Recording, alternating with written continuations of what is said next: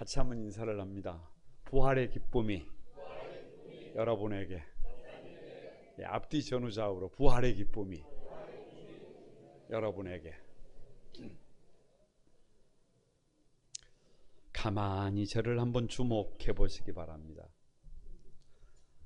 아무리 과학이 발달을 하고 아무리 노력을 해도 인간이 극복할 수 없는 문제가 하나 있습니다. 그것은 다른 문제가 아니라 죽음의 문제입니다. 인간의 능력으로는 해결할 수가 없습니다. 세상적인 방법으로는 죽으면 다시 살 수가 없습니다. 그래서 이 죽음의 문제를 어떻게 이해하느냐에 따라서 인생의 모든 방향과 목적이 달라집니다. 만약에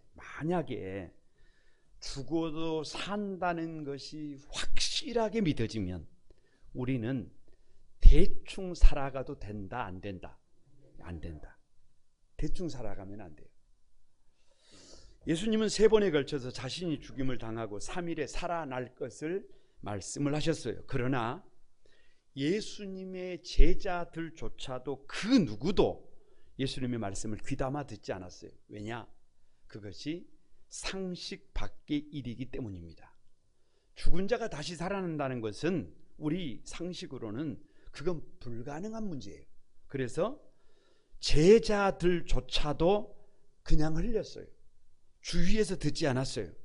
그런데 예수님은 우리를 위하여 온갖 희롱을 당하고 멸시를 당하고 채찍을 당하고 십자가에 못 박히셔서 마침내 물과 피를 다 쏟으시고 돌아가셨습니다. 여러분, 기절한 것이 아니에요. 잠시 의식을 잃은 것이 아니에요. 100% 죽으셨어요. 왜냐? 물과 피를 다 쏟으셨기 때문에 과학적으로는 여러분 다시 소생할 수가 있다, 없다? 없어요. 인간의 방법으로 다시 살아날 수가 없어요. 그런데 예수님은 무덤에 장사된 지 사흘 만에 다시 살아나셨습니다. 이 예수님의 부활이 믿어지면 우리의 생각이 뒤집어집니다. 이 부활이 믿어지면 우리의 삶이 뒤집어집니다. 이 부활이 믿어지면 우리의 미래가 달라지게 될 것을 믿습니다. 그래서 이 부활이 믿어지면 지금까지 살아왔던 삶이 아니라 전혀 다른 삶을 살게 될 것을 믿습니다. 그래서 종료주일, 부활주일 다 같이 한번 부활하신 예수님. 팩트가 중요해요. 예수님이 부활하셨다는 것이 중요해요. 예일대학의 셸리 케이컨 교수가 그의 책 죽음이란 무엇인가 라고 하는 책을 쓰셨는데 그 책에서 이렇게 말씀하셨어요. 복음 안에서 죽음을 제대로 인식한다면 인생은 바뀐다. 인생은 구별이 될 수밖에 없다. 인생은 다 같이 잘 살 수밖에 없다. 여러분, 우주 만물이 부활을 증거하고 있어요. 가만히 한번 생각을 해보세요. 예수님께서 태어나셨던 갈릴리는, 갈릴리라는 말이 그냥 그 가불이라는 말이에요. 무슨 말이냐? 더럽다는 말이에요. 그러니까 그 땅은 더러운 땅이에요. 묻습니다. 한 번 더러운 땅은 영원히 더러운 땅입니까? 아니에요. 그 땅에 예수님이 오시니까 그 땅이 은혜의 땅으로 바뀐 줄로 믿습니다. 여러분, 미국에서 가장 가치 없는 땅, 사람이 살 수 없는 땅으로 여겨졌던 곳이 어디냐 그러면 뉴욕의 맨하탄이에요. 왜? 바위니까. 바위로 된 섬이니까. 그런데 그 땅이 지금은 미국 경제의 중심이에요. 달라진 줄로 믿습니다. 여러분, 묻습니다. 한 번 세리와 창기는 영원한 세리와 창기예요? 아닙니다. 그들에게 예수님이 오시면 세리 마태가 정통 유대인들에게 복음을 전하는 복음의 도구가 된 줄로 믿습니다. 막달라 마리아, 여러분 어찌 보면 가장 수치스러운 수식어를 달고 있던 그 여인이 가장 아름다운 변화를 경험한 여인으로 바뀐 줄로 믿습니다.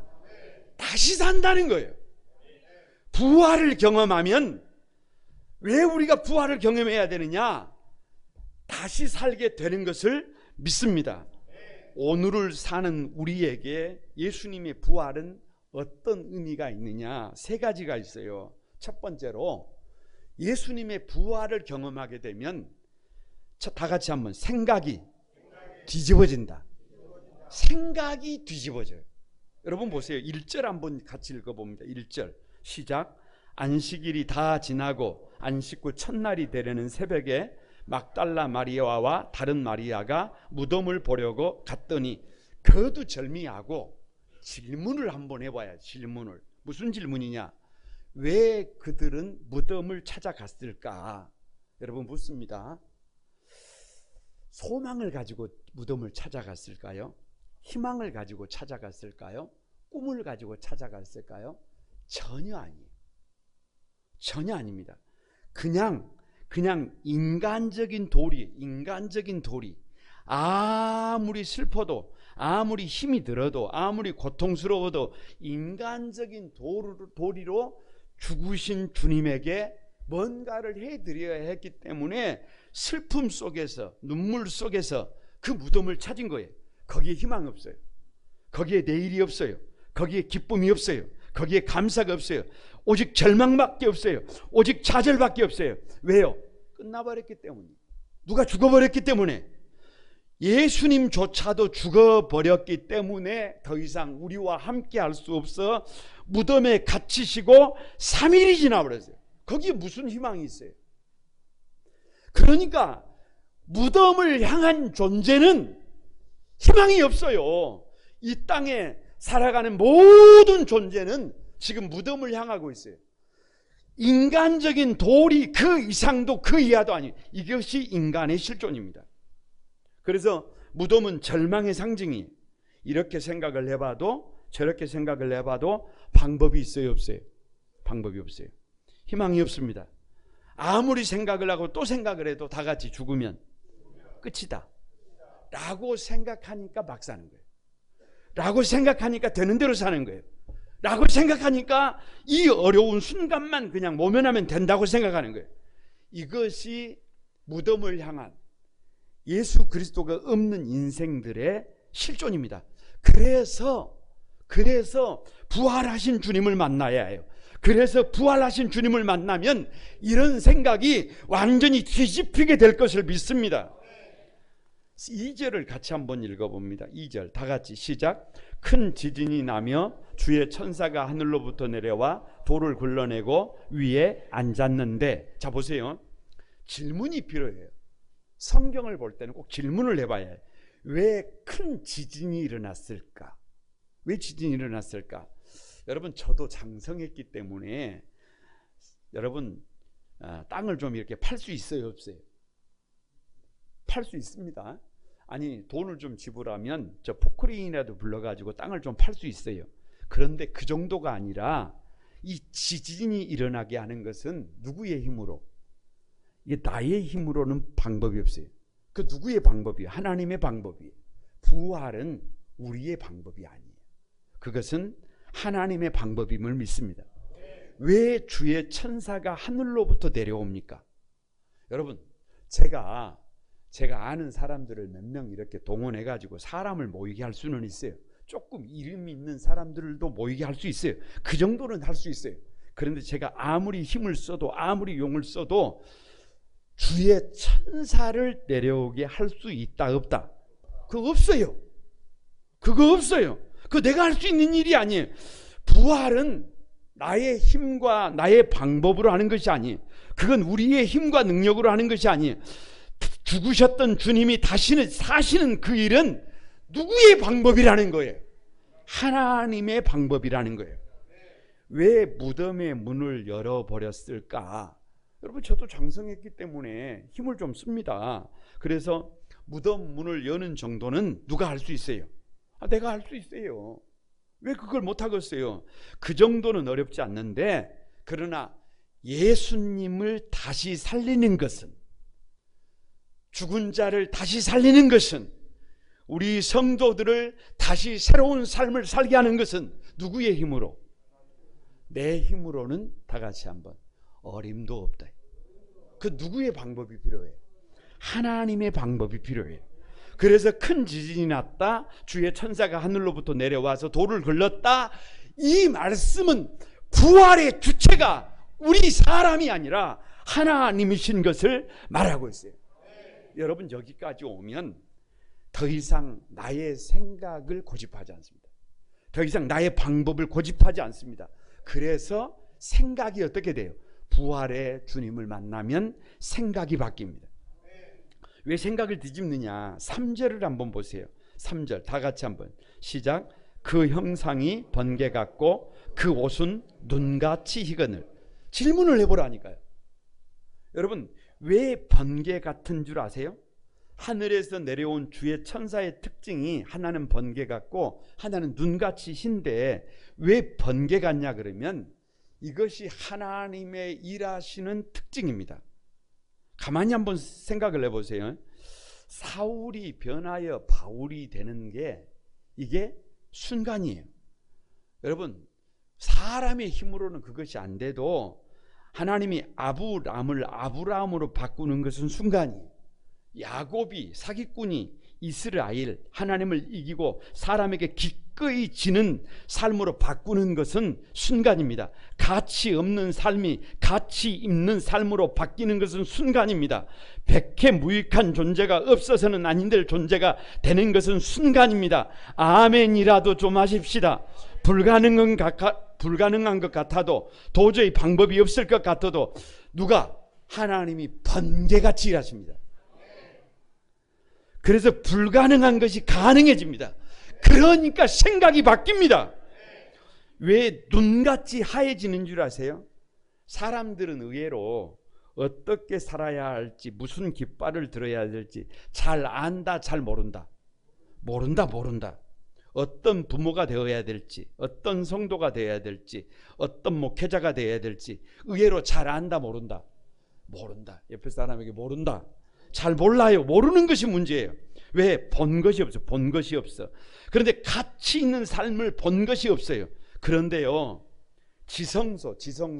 지성소에 들어가면, 하나님을 만나러 들어가면 새하얀 세마포에 천사가 수놓아진 세상에서 가장 아름다운 것이 보입니다.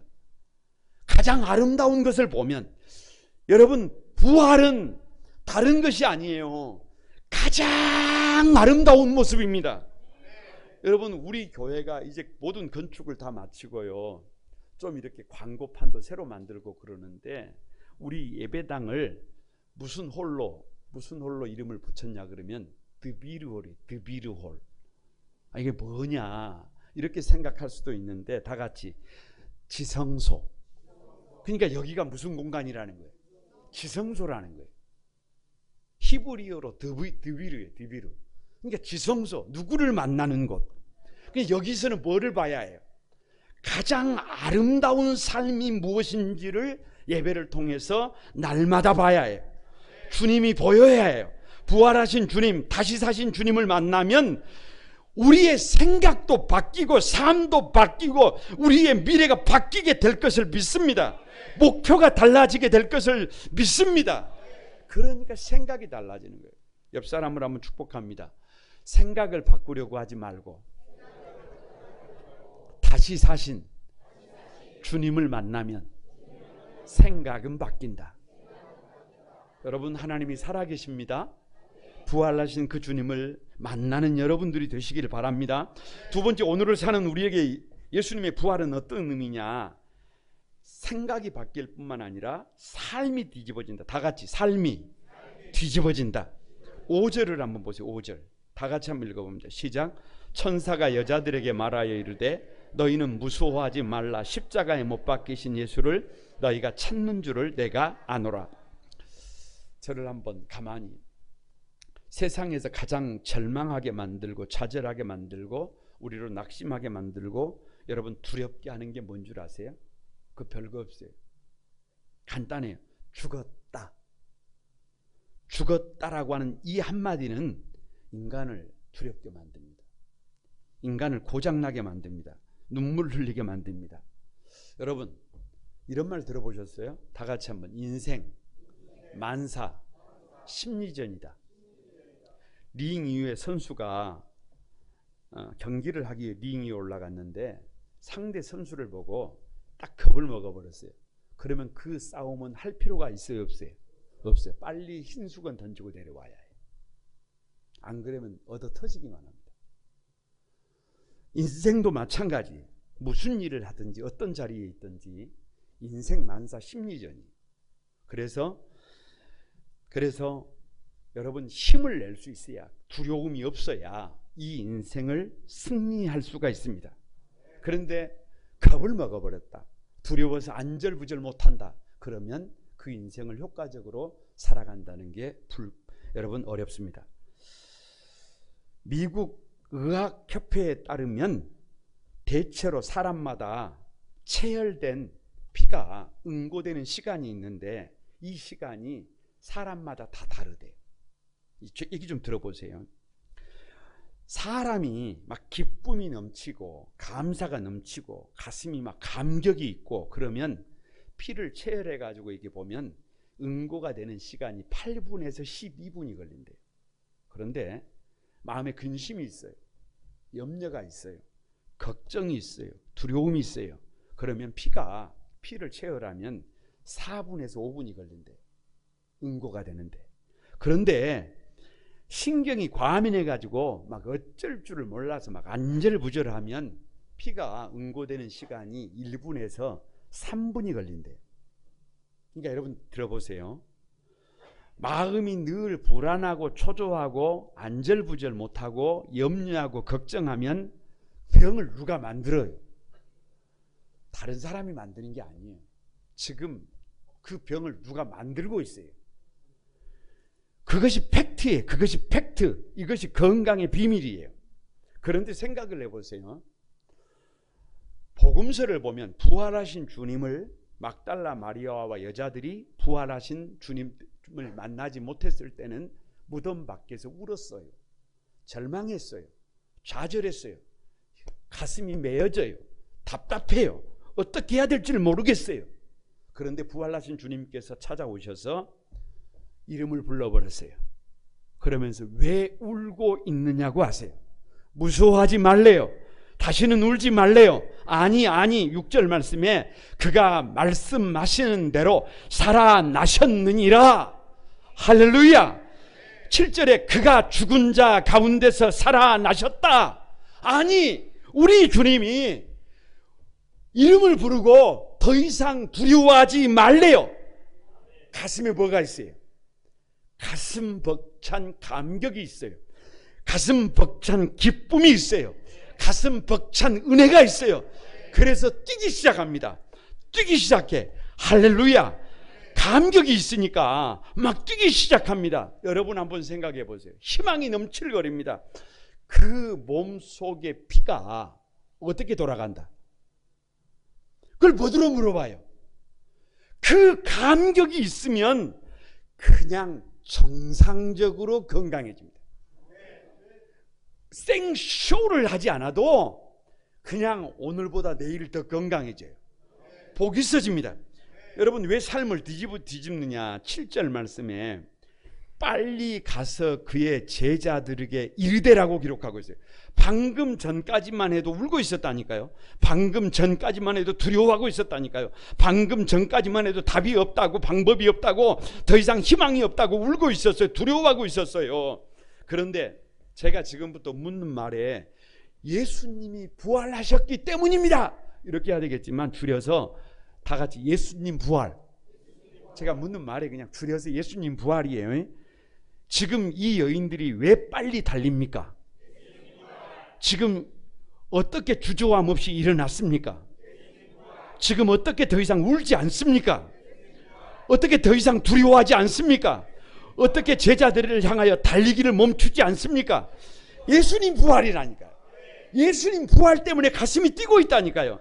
우리 인생을 살아가는데 가장 소망을 주는 말, 가장 신나게 하는 말, 가장 살맛나게 하는 말, 승리하게 하는 말, 힘나게 하는 말 뭔지 아세요? 다 같이 살았다. 간단해요. 살았다요. 살았다. 예수님께서 살았다는 말을 들었는데 왜 주저하고 있습니까? 다시 힘을 낼 수 있습니다. 다시 사셨다는 얘기를 들은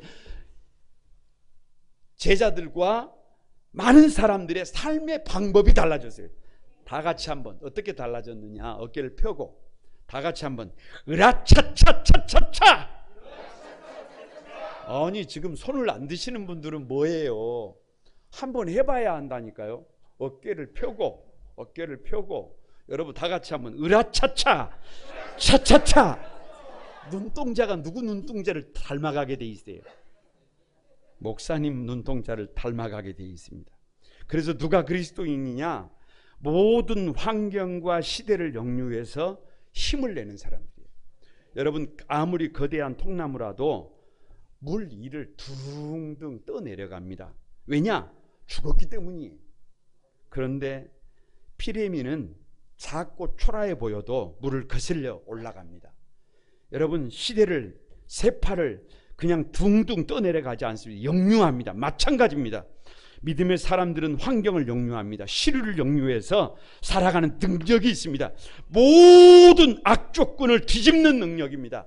삶의 자리를 최선의 땅으로 바꾸어 내놓습니다. 아니 우리의 몸까지도 가장 아름다운 몸으로 바꾸어 내놓는 사람들이 누가 됩니다? 예수 믿는 사람들이 됩니다. 죽음을 이기고 다시 살아나신 예수님의 부활을 믿으면 그 힘이 생겨납니다. 그 능력이 나타납니다. 결코 포기하지 않습니다. 결코 주저앉지 않습니다. 그래서 제자들은 일어나서 여러분 빨리 달리게 되어 있습니다. 이것이 굿뉴스예요. 이것이 복음이에요. 여러분의 삶도 이렇게 역동적인 인생이 되기를 바랍니다.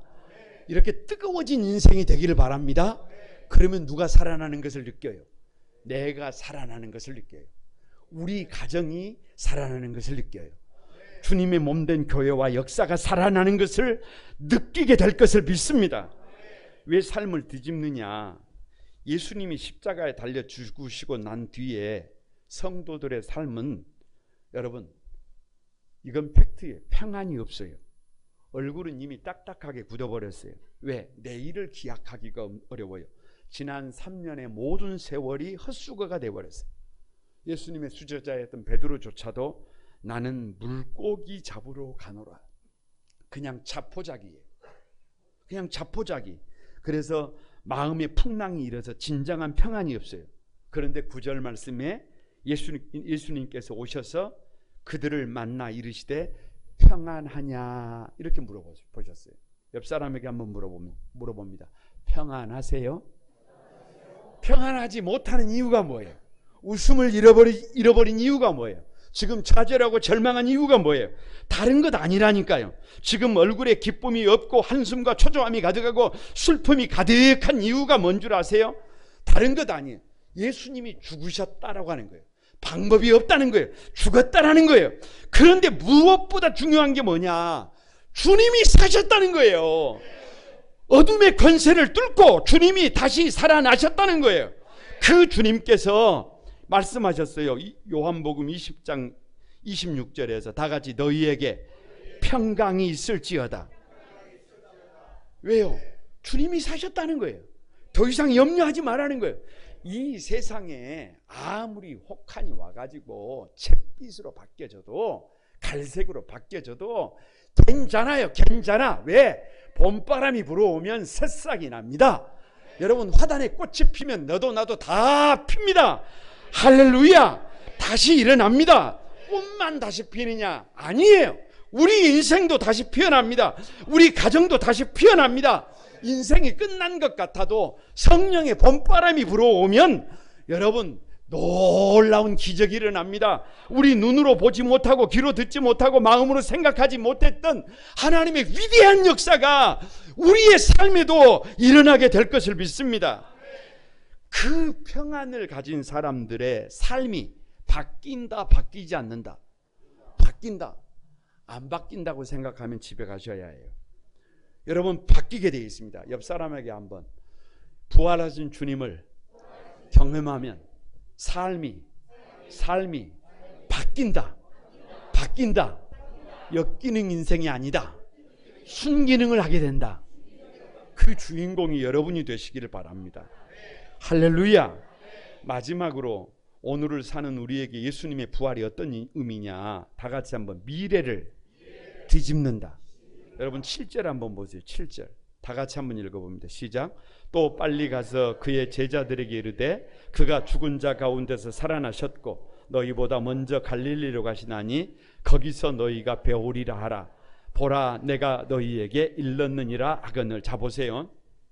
왜 미래가 뒤집어지느냐 그러면, 오늘 저와 여러분의 삶의 자리가 아무리 문제가 있어도 왜 미래가 뒤집어지느냐 그러면, 여러분 이 7절 말씀에 키워드가 몇 개 있는데 첫 번째가 먼저라는 동사예요. 먼저. 무슨 말이냐? 우리 주님은 어떤 분이냐 그러면 늘 먼저 가시는 분이에요. 먼저 발을 씻겨 주셨고, 먼저 섬기셨고, 먼저 고난을 받으셨고, 먼저 죽으셨고, 먼저 부활하셨고, 이번에는 먼저 갈릴리로 가요. 왠 줄 아세요? 용서하시기 위해서요. 여러분 잘 아시잖아요. 베드로가 예수님을 모른다고 부인하고 맹세하고 저주까지 했어요. 그런데 왜 갈릴리냐 그러면, 여러분 지금 갈릴리로 가서 뭐 죽이겠다는 거 아니에요. 책임을 묻겠다는 게 아니에요. 거기에 모인 제자들을 잘못한 그 부분까지도 다 어떻게 하시겠다는 거예요. 용서하시겠다는 거예요. 그러니까 늘 마음속에 이런 질문이 있어요. 나도 한번 그 사랑에 반응해서 사람답게 한번 살아봐야 되지 않겠는가. 나도 한번 우리 가족들에게, 우리 성도들에게, 우리 이웃들에게 향기 가득한 꽃이 되어봐야 되지 않겠는가. 여러분 사람들에게 그냥 꽃 한 송이를 줘보세요. 그러면 사람들은 그 꽃을 그냥 쓰레기통에 버리지 않습니다. 그 꽃을 가져다가 향기를 맡아요. 이건 누구나 마찬가지예요. 왜? 꽃에는 향기가 있기 때문에. 여러분 예수 믿는 사람들에게는 그 향기가 있어요. 갈릴리는 왜 갈릴리로 먼저 가시느냐? 주님이 용서하신다니까. 그러니까 네가 회개하면 내가 용서하겠다가 아니라 주님은 먼저 자리를 만들어 놓으시고 제자들을 보듬고 계시는 거예요. 그러니까 우리의 미래가 그분 안에 있으면 달라지게 될 것을 믿습니다. 먼저 어디로 가신다? 갈릴리로 가신다. 거기서 너희가 배우리라. 여러분 그 갈릴리는요, 왜 갈릴리냐 그러면, 갈릴리는 예수님의 주 무대예요. 그래서 말씀드린 것처럼 갈릴리라는 말은 가불이라는 말인데 더럽다는 뜻이에요. 그러니까 예수님의 주 사역지가 어디였다는 거예요? 가장 더러운 곳이에요. 예수님이 어디서 태어나셨어요? 나사렛이에요. 사신 곳이 나사렛. 그 갈릴리 중에서도 선한 것이 날 수 없다고 생각했던 그곳. 그러니까 그곳에서 제자들을 불렀어요. 그곳에서 풍랑을 잠잠케 하셨어요. 그곳에서 물고기 2마리와 떡 5개를 가지고 5,000명을 먹이고 12광지를 남기셨어요. 그곳에서 기적을 일으키셨어요. 그러니까 그 갈릴리 그러면 뭐가 가득한 곳이, 예수님과의 그 첫사랑이 가득한 곳이에요. 여러분 우리가 잘못 가고 있을 때, 우리가 문제가 있을 때 언제를 생각해야 해요? 옛날 그 첫사랑을 생각해요. 그 첫사랑을 회복하면 우리의 미래가 달라집니다. 그것뿐만이 아니에요. 요한복음 21장에 보면, 여러분 베드로가 고기나 잡으러 간다고 했잖아요. 여러분 예수님을 모른다고 부인하고 맹세하고 저주한 베드로가 가서 시골에 가서 그물을 던지면 1번 고기가 잘 잡힌다, 고기가 안 잡힌다. 그걸 뭐들어 물어봐요? 고기가 밤새도록 그물을 던졌는데 고기가 잡히지를 않아요. 그러니까 앞으로 자빠져도 뭐가 깨지는 거예요? 앞으로 자빠지면 코가 깨지는 건 당연한 것이고, 뒤로 자빠져도 뭐가 깨지는 거예요? 코가 깨지고 있는 거예요 지금. 그런데 밤새도록 그물을 던졌는데 한 마리도 고기가 잡히지 않아요. 그런데 저 가에서 주님의 목소리가 들려요. 깊은 데가 아니라 배 오른편에 뭐를 던져라, 그물을 던져라. 그래서 말씀에 의지해서 그물을 던졌어요. 고기가 그물이 찢어질 것 같아요. 할렐루야. 그래서 베드로가 어떻게 해요? 물 위로 그냥 몸을 던져버립니다. 그래서 그냥 달려서 막 예수님께로 가는 거예요. 마음이 조급해진 거예요. 마음이 조급해져. 여러분, 물고기 두어 마리를 달라고 하신 주님께서 물고기를 다 구워 놓으시고 와서 조반을 먹어라 라고 말씀을 하시면서 베드로에게 묻습니다. 네가 나를 사랑하느냐? 세 번을 물어요. 밥을 여러분 먹기 시작하면서 묻고 한참 중간에 다시 묻고 왜요? 3번 부인했잖아요. 그렇게 3번을 물으시고 난 다음에 주님, 내가 주님을 사랑합니다. 이것들보다 주님을 사랑합니다. 눈물을 흘리면서 고백하니까 주님께서 하시는 말씀이 내 양을 먹이라. 네가 젊어서는 스스로 띠띠고 네가 원하는 곳으로 다녔지만 네가 늙어서는 네 팔을 벌리리니 남이 너에게 띠띠우고 원하지 않는 곳으로 너를 데려가리라. 이렇게 말씀하셔요. 나중에 베드로가 십자가에 거꾸로 못 박혀서 죽을 것을 이미 말씀하시고 있는 거예요. 그러니까 왜 갈릴리로 가라고 하느냐? 사명이 있다는 거예요. 사명이. 그 갈릴리에서 사명을 발견하는 거예요. 여러분, 저와 여러분의 삶의 자리에 미래가 바뀌기 위해서는 내가 해야 할 일이 무엇인지를 정확하게 다시 인식할 때 그때 우리의 인생이 바뀌는 줄로 믿습니다.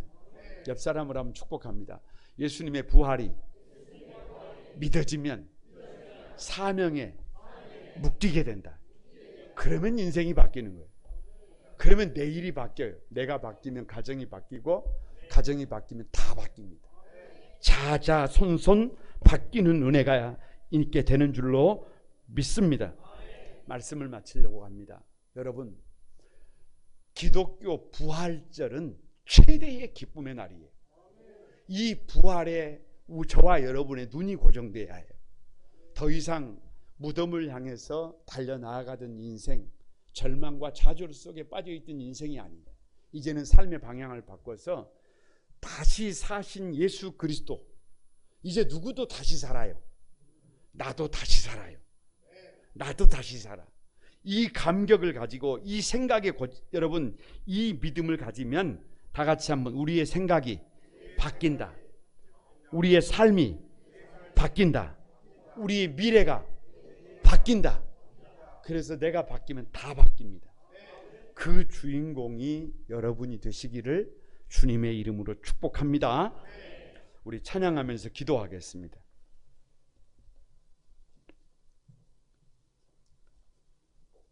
주 하나님 독생자 예수, 이 찬양 같이 드립니다.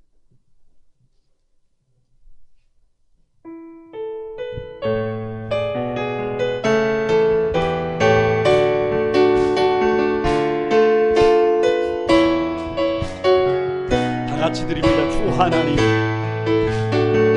주 하나님 독생자 예수 날 위하여 오시었네. 내 모든 죄 다 사하시고 죽음에서 부활하신 나의 구세주, 살아계신 주, 나의 참된 소망, 걱정 근심 전혀 없네. 사랑의 주의 발길 인도하니 내 모든 삶의 기쁨 늘 충만하네. 주 안에서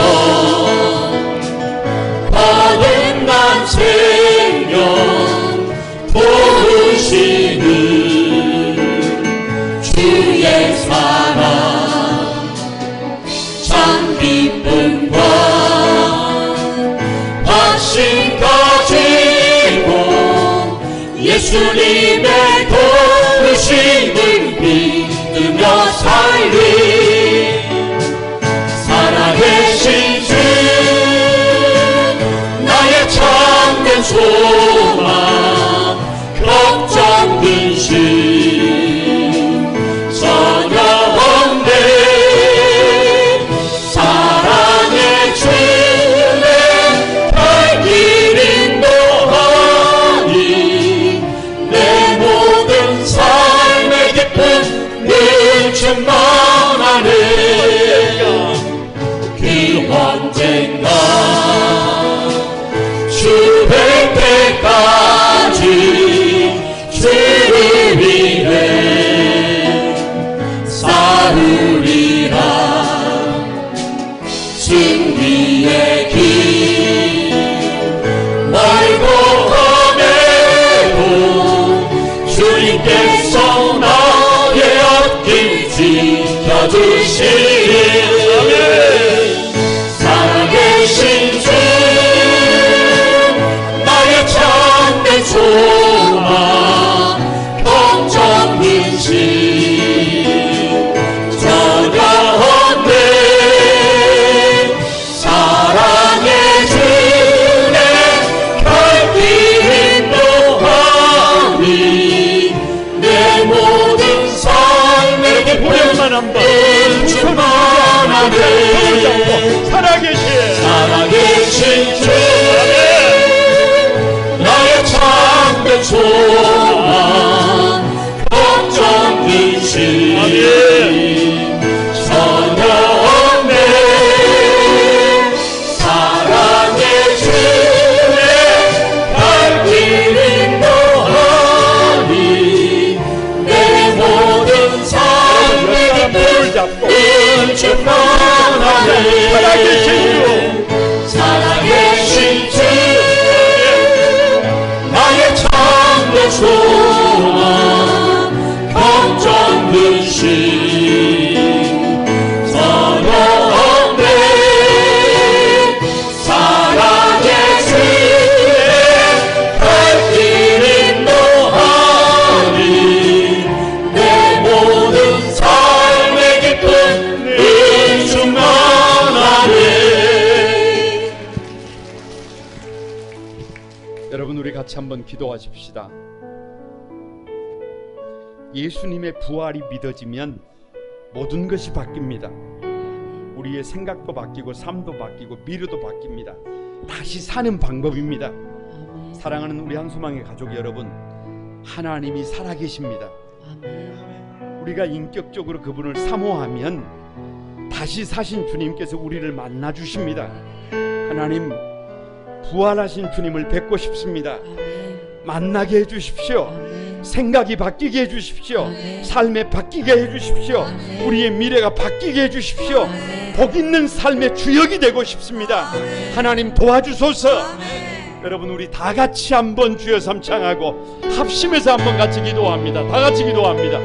주여 주여 주여 거룩하신 주님, 거룩하신 주님 살리고 싶습니다. 세우고 싶습니다.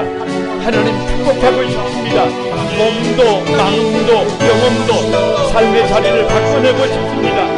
하나님 아버지 하나님 우리를 불쌍히 여겨주시고 더 이상 무덤을 향한 존재가 아니라 하나님 아버지 두려움과 원망과 불평과 절망과 좌절 때문에 병들어가는 인생이 아니라 하나님 거침없이 믿음을 가지고 부활하신 주님을 향하여 가슴 벅찬 감격을 가지고 하나님 감동을 가지고 뜨거워지는 삶이 되게 도와주시고 역동적인 삶이 되게 도와주시고 하나님 그래서 우리의 인생이 생각이 바뀌고 삶이 바뀌고 미래가 바뀌는 믿음의 주역이 되도록 역사해 주옵소서.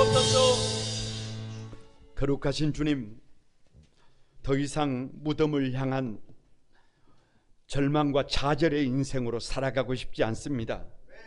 하나님 아버지, 근심과 염려와 절망과 좌절 속에서 육체는 병들어가고 하나님 아버지 고통 속에서 몸부림칠 수 없습니다. 이제는 달라지고 싶습니다. 부활하신 주님, 부활하신 주님이 보이게 도와주시고 믿어지게 도와주시고 살아계신 주님을 인격적으로 만나게 도와주셔서 뜨거운 감격을 가지고 기쁨을 가지고 능력을 가지고 열정적인 삶으로 우리의 삶을 바꾸어 주옵소서. 생각을 바꿔주시고 삶을 바꿔주시고 미래를 바꿔주셔서 가장 복 있는 하나님의 사람들로 세워지게 하여 주옵소서.